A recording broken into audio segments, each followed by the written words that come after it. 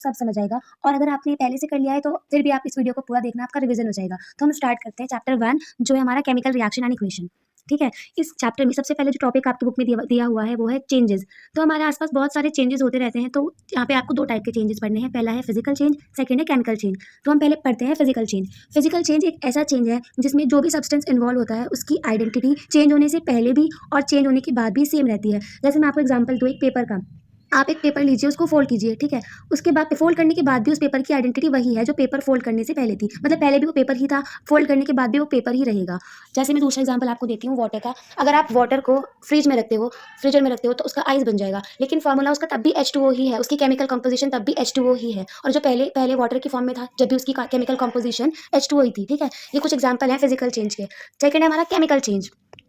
अब हम देखते हैं केमिकल चेंज क्या होता है। केमिकल चेंज में क्या होता है कि कुछ नए सब्सटेंस बनते हैं, कुछ सब्सटेंस रिएक्ट करेंगे, उससे नया सब्सटेंस बनेगा। जैसे मैं आपको एग्जांपल देती हूँ डाइजेशन ऑफ फूड। आप खाना खाते हैं, ठीक है? खाना खाने के बाद आपके स्टमक में जितने एंजाइम्स हैं, वो उसको ब्रेक कर देते हैं कुछ नए सब्सटेंस में, जिसकी प्रॉपर्टी जो आपने खाया है उससे बिल्कुल अलग है। मतलब यहाँ पर क्या होता है, उसकी जो नया सब्सटेंस बनता है, उसकी आइडेंटिटी एकदम चेंज हो जाती है। मैं आपको एक याद करने की ट्रिक बताती हूँ, आप इसको ऐसे याद रखिए। जैसे एक क्लास में 2 बच्चे हैं, दोनों शैतानी कर रहे हैं, पढ़ नहीं रहे हैं, तो मैम ने दोनों को डाँट दिया, ठीक है? अब एक बच्चा तो ऐसा है कि उसको आप कितना ही डाँट लो, एकदम ढीठ है, उसको डाँट पड़ने के बाद भी कुछ फ़र्क नहीं पड़ता, डाँट पड़ने से पहले भी वो ऐसा ही था, डाँट पड़ने के बाद भी वो ऐसा ही है। लेकिन दूसरा तो ये कौन-सा एग्ज़ाम्पल हुआ फिज़िकल चेंज का, जहाँ पर चेंज होने के बाद भी और पहले भी कुछ फ़र्क नहीं पड़ता, आइडेंटिटी सेम रहती है। लेकिन दूसरा बच्चा क्या है कि उसको मैम ने डाँट दिया तो उसको हर्ट हो गया, अगले दिन से उसने अच्छे से पढ़ना शुरू कर दिया, एग्ज़ाम में अच्छे नंबर आए तो उसकी क्या है आइडेंटिटी चेंज हो गई, अब वो अच्छा बच्चा बन गया, ठीक है? ये एग्ज़ाम्पल है केमिकल चेंज का। अब मैंने आपको डाइजेशन ऑफ फूड का एग्ज़ाम्पल दिया, ठीक है? उसको याद रखना। दूसरा मैं बताती हूँ आपको बर्निंग ऑफ पेपर। अभी तक आप फिज़िकल चेंज में आपने पढ़ा कि आप पेपर को फ़ोल्ड कर रहे हैं, तो उसकी आइडेंटिटी सेम है। लेकिन अगर आप पेपर को बर्न कर दोगे मतलब जला दोगे तो वो राख में कन्वर्ट हो जाएगा, ठीक है? जिसकी प्रॉपर्टी अलग है, राख अलग चीज़ है, पेपर अलग चीज़ है, ठीक है? यहाँ पे आपको एग्ज़ाम्पल याद रखना है, पेपर में लिख कर आना है। क्वेश्चन आ सकता है कि what is physical change, what is chemical change, now what is chemical reaction. अब हमें पढ़ना है कि केमिकल रिएक्शन क्या होती है। केमिकल रिएक्शन में ये होता है कि एक या फिर एक से ज़्यादा सब्सटेंस रिएक्ट करते हैं और कुछ नया सब्सटेंस बनता है। जैसे मैं आपको बताती हूँ एक रिएक्शन, यहाँ पे कार्बन और ऑक्सीजन रिएक्ट कर रहे हैं और क्या बना रहे हैं CO2। रिएक्ट कौन कर रहा है? कार्बन एंड ऑक्सीजन और क्या बन रहा है? CO2। यहाँ पर जो इस एरो से पहले वाला है इसको बोलते हैं हम LHS लेफ्ट हैंड साइड और जो इस एरो के बाद में लिखा है उसको बोलते हैं हम RHS राइट हैंड साइड।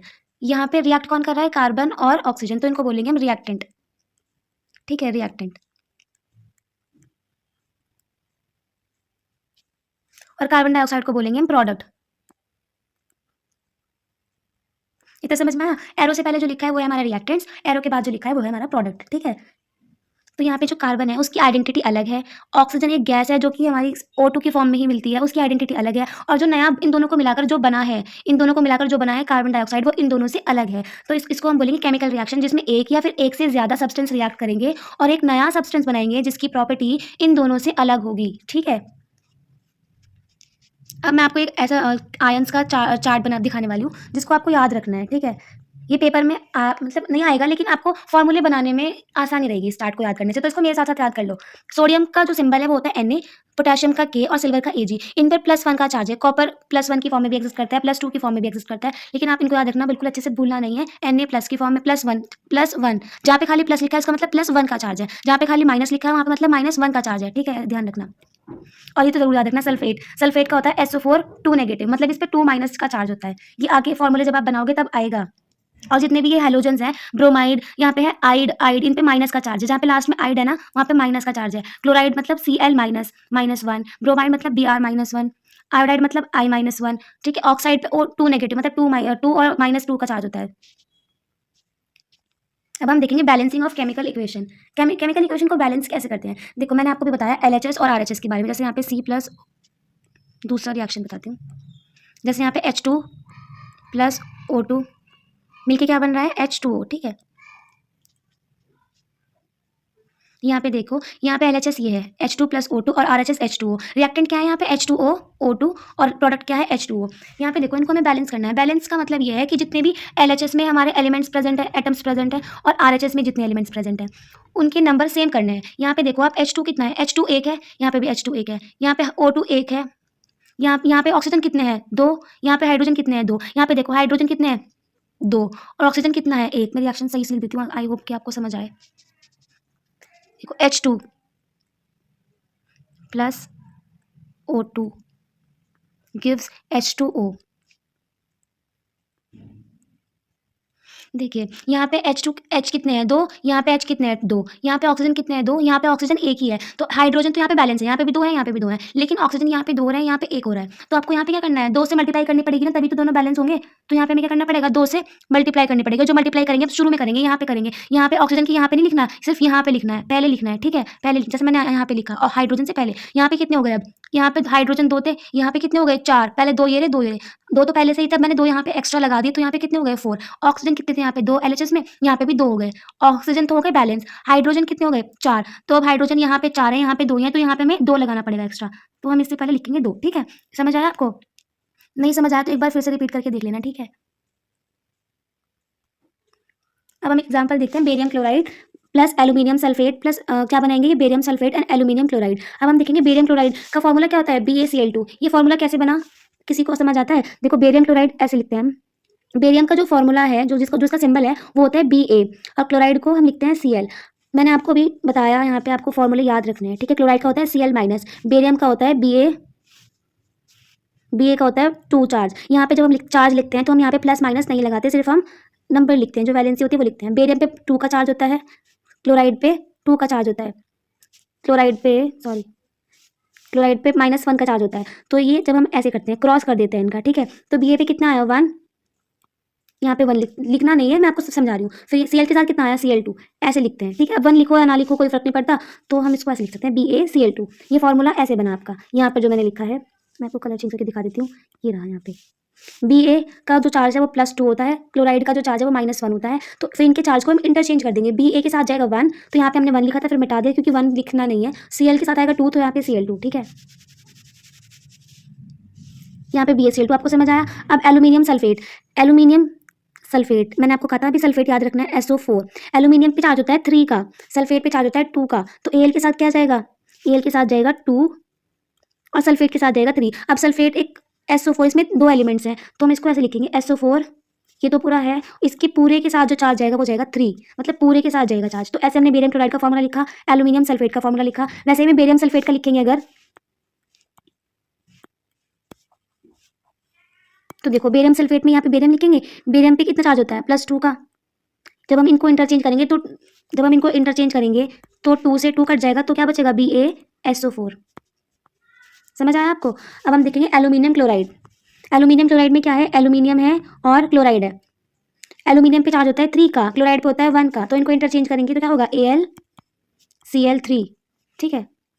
ऐसे हमने इसके फॉर्मूले बनाए। अब अगर आप देखेंगे जो हमने ये लिखा है ना ऊपर, इसको बोलते हैं हम केमिकल रिएक्शन, जहाँ पे एक या एक से ज़्यादा सब्सटेंस रिएक्ट करते हैं और कुछ नया बनाते हैं। देखो यहाँ पे बेरियम क्लोराइड था, यहाँ पे एल्यूमिनियम सल्फेट था, इन दोनों को मिलाने के बाद बेरियम सल्फेट बना जो कि यहाँ पर नहीं था, और एल्यूमिनियम क्लोराइड बना। इन जो यहाँ पे प्रेजेंट थे रिएक्टेंट्स, उनकी प्रॉपर्टीज़ अलग थी और जो प्रोडक्ट बने हैं उनकी प्रॉपर्टीज़ अलग है। अब जब हम इस रिएक्शन को हम इनके सिंबल की फॉर्म में लिखते हैं, जैसे यहाँ पे बेरियम है, हमने यहाँ पे बेरियम लिखा और यहाँ पर उसको सिंबल से एक्सप्लेन किया BaCl2, है ना, तो इसको बोलते हैं हम केमिकल इक्वेशन। जब हम सिंबल की फॉर्म में रिप्रेजेंट करते हैं केमिकल रिएक्शन को, तो उसको बोलते हैं हम केमिकल इक्वेशन, ठीक है।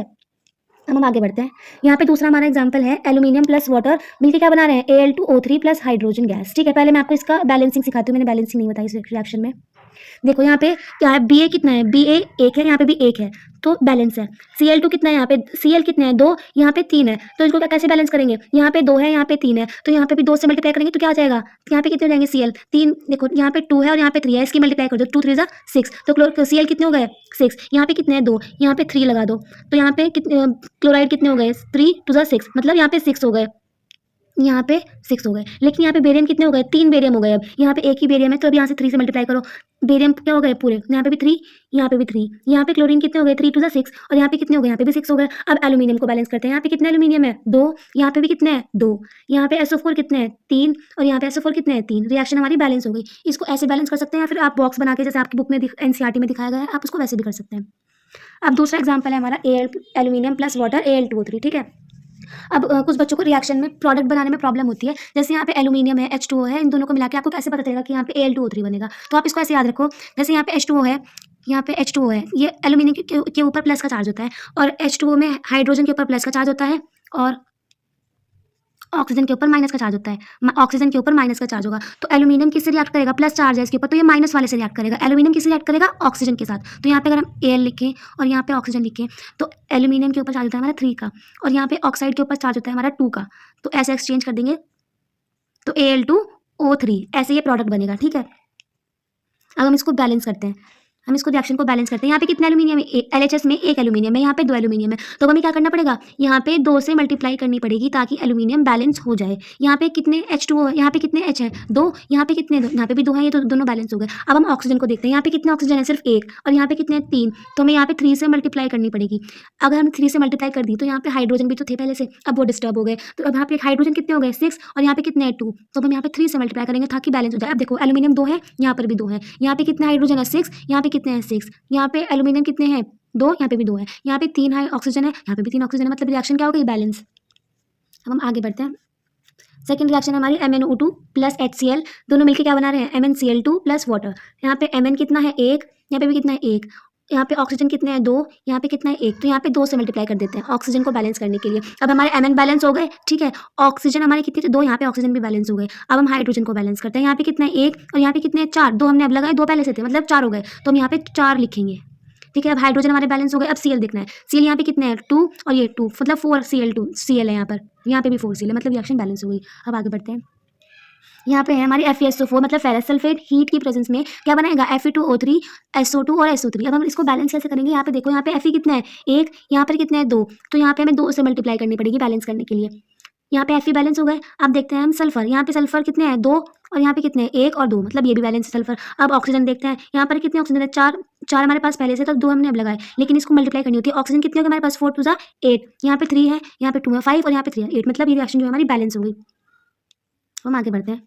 दूसरी रिएक्शन हमारी AgCl सनलाइट की प्रेजेंस में बना रहा है Ag एंड Cl2। यहाँ पे कितने सिल्वर है हमारे पास, Ag कितना है 1, यहाँ पे भी 1, यहाँ पे Cl कितना है 1, लेकिन यहाँ पे हमारे पास 2 है, ठीक है, यहाँ पे हमारे पास 2 है, तो यहाँ पे 2 से मल्टीप्लाई करेंगे, तो यहाँ पे हमारे 2 Ag हो गए, 2 ही Cl हो गए, तो यहाँ पे Cl तो हमारे बैलेंस है, Ag की 2 से मल्टीप्लाई करनी पड़ेगी। तो ऐसे हमारी रिएक्शन बैलेंस होती है। आप प्रैक्टिस करना, इसको प्रैक्टिस चाहिए, आप प्रैक्टिस करेंगे तो आपको सब समझ आ जाएगा। एक बार आप अपने आप कॉपी पेन लेकर बैठना और प्रैक्टिस करके देखना। अब हम देखते हैं कि आपको कैसे पता चलेगा कि आपने एक टेस्ट ट्यूब में AgCl डाला या फिर आपने MnO2 डाला और HCl डाला, आपका MnCl2 बना है कि नहीं बना है, आपको कैसे पता चलेगा। तो इसकी कुछ कैरेक्टरिस्टिक होती है जो मैं आपको अब बताऊंगी।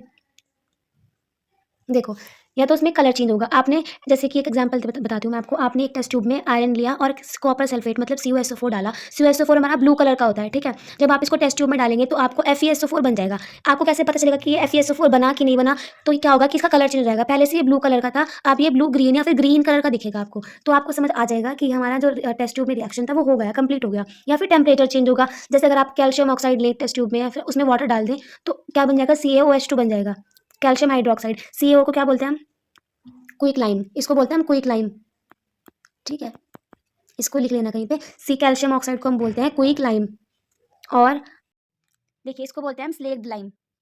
कैल्शियम हाइड्रोक्साइड को बोलते हैं हम स्लेक्ड लाइम। या फिर चेंज इन स्टेट हो जाए, मतलब पहले जो हमारे रिएक्टेंट थे वो गैसियस स्टेट में थे और जो प्रोडक्ट बना हमारा वो लिक्विड स्टेट में बना। या फिर गैस इवॉल्व हो जाए, कोई गैस इवॉल्व हो जाए, जैसे ये एग्जांपल दिया हुआ है, जिंक सॉलिड होता है, उसमें अगर आप सल्फ्यूरिक एसिड डालोगे, एक्वस सल्फ्यूरिक एसिड, तो जिंक सल्फेट बनता है जो कि एक्वस सॉल्यूशन होगा, और उसके साथ हमारी हाइड्रोजन गैस रिलीज होती है। तो हाइड्रोजन गैस रिलीज होगी तो आपको पता चल जाएगा कि यहाँ पे रिएक्शन कंप्लीट हो चुकी है। या फिर प्रेसिपिटेट बन जाएगा। जब आप टेस्ट ट्यूब में रिएक्टेंट डालते हैं तो जब रिएक्शन हो जाती है ना, उसमें नीचे एक इनसॉल्यूबल सा सॉलिड रह जाता है जो कि मिक्स नहीं होता, वो घुलता नहीं है, तो उसको बोलते हैं प्रेसिपिटेट। यहाँ पे आप अगर लेड नाइट्रेट लेंगे, उसके साथ पोटेशियम आयोडाइड डालेंगे तो PbI2 बन जाता है, जो कि येलो PPT मतलब येलो कलर का एक इनसॉल्यूबल सॉलिड बन जाएगा नीचे, जो कि मिक्स नहीं होगा।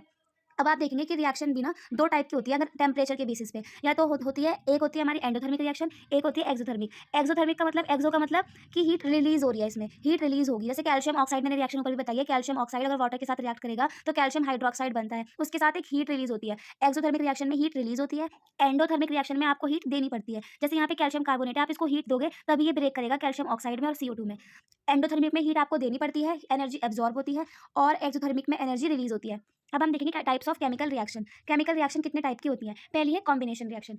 कॉम्बिनेशन रिएक्शन जैसे आपको नाम से ही समझ आ रहा होगा कि कॉम्बिनेशन रिएक्शन में रिएक्टेंट्स 2 या 2 से ज़्यादा रिएक्टेंट कंबाइन करेंगे और एक सिंगल प्रोडक्ट बनाएंगे।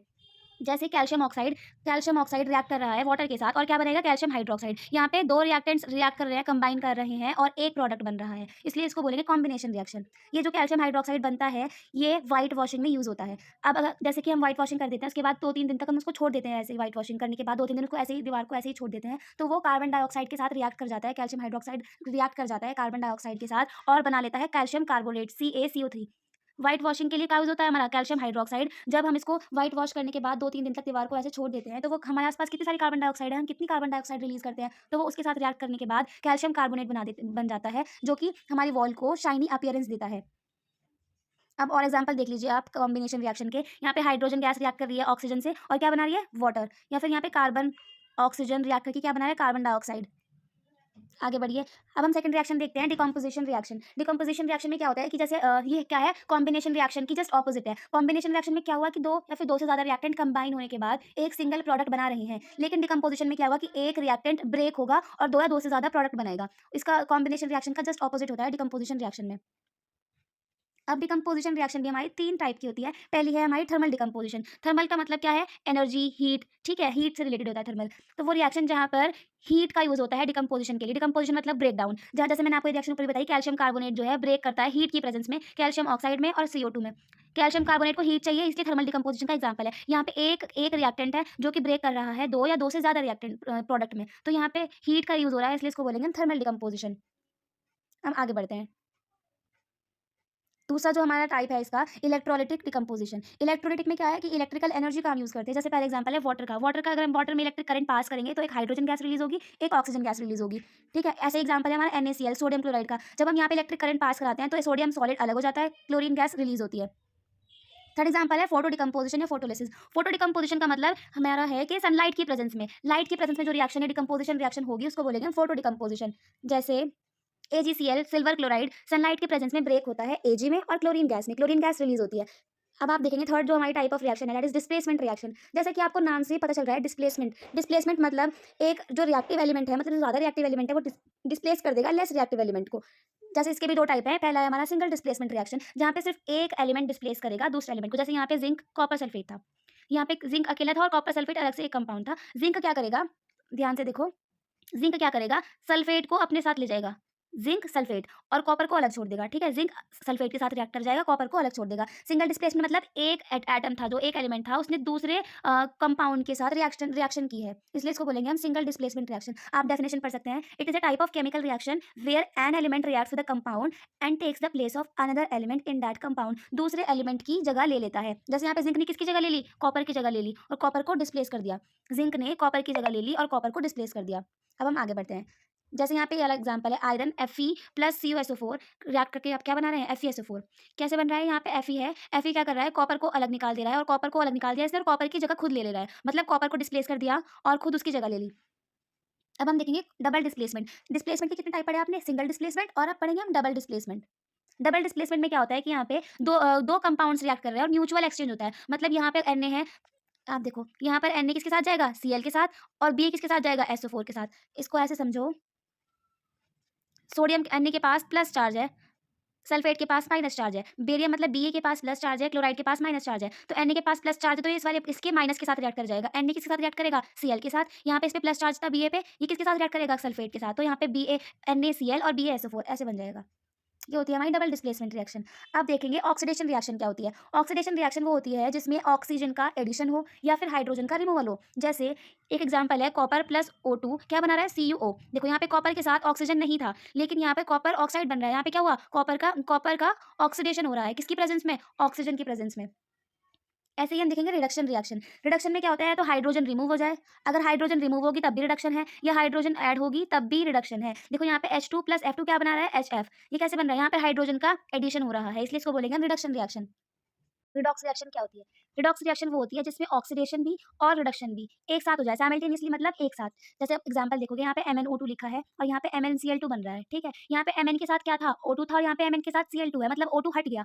जब O2 मतलब ऑक्सीजन रिमूव हो गया तो उसको बोलेंगे हम रिडक्शन। ऑक्सीजन का एडिशन होता है ऑक्सीडेशन, ऑक्सीजन का रिमूवल मतलब ऑक्सीजन का हट जाना उसको हम बोलते हैं रिडक्शन। तो यहाँ पे MnO2 का क्या हुआ, रिडक्शन हुआ। यहाँ पे था हमारे पास HCl में यहाँ पे HCl था, H के साथ क्या लग गया O, ऑक्सीजन का एडिशन हो गया इसलिए इसको क्या बोलेंगे हम ऑक्सीडेशन रिएक्शन, ठीक है। अब आप सेकंड एग्जांपल देखिए ZnO मतलब जिंक ऑक्साइड था, यहाँ पे उसके साथ कार्बन रिएक्ट कर रहा था तो यहाँ पे क्या हुआ, जिंक ऑक्साइड था, यहाँ पे सिर्फ जिंक बचा है, इसके साथ ऑक्सीजन जो था वो रिमूव हो गया तो रिमूवल ऑफ ऑक्सीजन क्या कहलाता है, रिडक्शन। कार्बन के साथ ऑक्सीजन का एडिशन हो गया इसलिए इसको बोलेंगे हम ऑक्सीडेशन। समझ आया कि ये रिडॉक्स रिएक्शन क्या होती है, जिसमें ऑक्सीडेशन भी और रिडक्शन भी एक साथ हो रहा होता है, इसको हम कहते हैं रिडॉक्स रिएक्शन। अब हम देखते हैं कि ऑक्सीडेशन के इफेक्ट्स क्या क्या हो सकते हैं।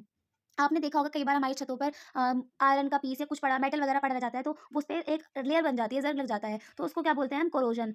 उसमें क्या होता है कि जैसे भी हमारे पास सब्सटेंस होता है मेटल का या फिर आयरन आप देख लीजिए, तो वो रिएक्ट कर जाता है एयर के साथ या फिर एसिड के साथ या फिर मॉइस्चर के साथ और उसके ऊपर एक लेयर बन जाती है। बेसिकली वो किसी काम का नहीं रहता, वो खराब हो जाता है। इसको बोलते हैं हम कोरोजन। और कोरोजन एक अलग चीज़ है। रस्टिंग ऑफ आयरन इसका एक एग्जाम्पल है। रस्टिंग ऑफ आयरन मतलब लोहे पर जो आपने देखा भी होगा जंग लग जाता है, तो उसको बोलते हैं हम रस्टिंग ऑफ आयरन। दूसरा एग्जाम्पल है ब्लैक कोटिंग ऑन सिल्वर। कि आप पढ़ लेना नोट्स में से। अब दूसरा जो हमारा इफ़ेक्ट है ऑक्सीडेशन का आपने देखा होगा रैंसिडिटी। हम जो खाना खाते हैं उसमें फैट ऑयल प्रेज़ेंट होता है, ठीक है? कई बार क्या होता है कि उसको जो फैट्स है या फिर ऑयल है वो ऑक्सीडाइज़ कर जाते हैं, जिसकी वज़ह से आपका टेस्ट बदल जाता है, स्मेल आने लगती है। तो उसको बोलते हैं जो फूड आइटम है हमारा वो रैंसिड हो गया है and the process is called as rancidity. अब आप इसको प्रिवेंट कर सकते हो एंटीऑक्सीडेंट डाल के, क्योंकि वो फूड जो है हमारा वो ऑक्सीडाइज़ हो गया, तो अब अगर हम उसमें एंटीऑक्सीडेंट डालेंगे तो वो ऑक्सीडाइज़ होने से बच जाएगा। या आप फूड को एयर टाइट कंटेनर में बंद करके रख सकते हैं या फिर नाइट्रोजन गैस का आप यूज़ कर सकते हैं उसमें। अगर आपको ये नोट्स चाहिए तो आप टेलीग्राम चैनल को जॉइन कर सकते हैं। हमारा टेलीग्राम चैनल है वीज़ेड अकेडमी। सब्सक्राइब करिए और आपको अगर ये नोट्स अच्छे लगे हैं या फिर आपको वीडियो अच्छी लगी तो कमेंट करके ज़रूर बताइएगा।